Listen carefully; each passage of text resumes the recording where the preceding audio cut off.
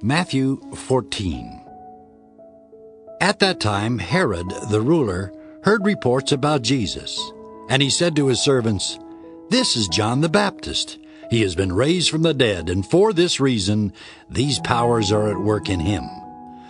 For Herod had arrested John, bound him, and put him in prison on account of Herodias, his brother Philip's wife, because John had been telling him, "It is not lawful for you to have her."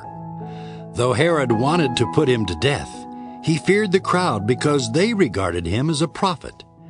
But when Herod's birthday came, the daughter of Herodias danced before the company, and she pleased Herod so much that he promised on oath to grant her whatever she might ask.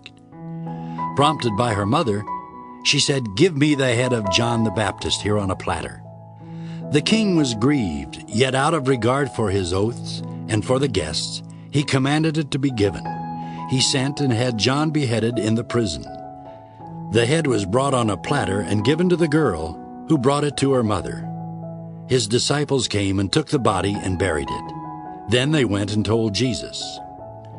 Now when Jesus heard this, he withdrew from there in a boat to a deserted place by himself. But when the crowds heard it, they followed him on foot from the towns. When he went ashore, he saw a great crowd, and he had compassion for them and cured their sick. When it was evening, the disciples came to him and said, "This is a deserted place, and the hour is now late. Send the crowds away so that they may go into the villages and buy food for themselves." Jesus said to them, "They need not go away. You give them something to eat."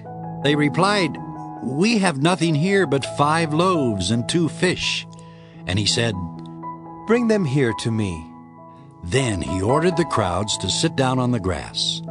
Taking the 5 loaves and the 2 fish, he looked up to heaven and blessed and broke the loaves and gave them to the disciples, and the disciples gave them to the crowds.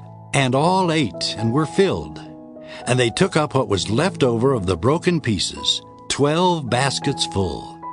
And those who ate were about 5,000 men, besides women and children.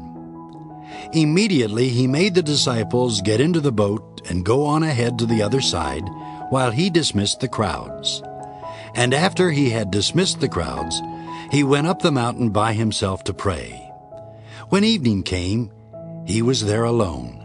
But by this time the boat, battered by the waves, was far from the land, for the wind was against them.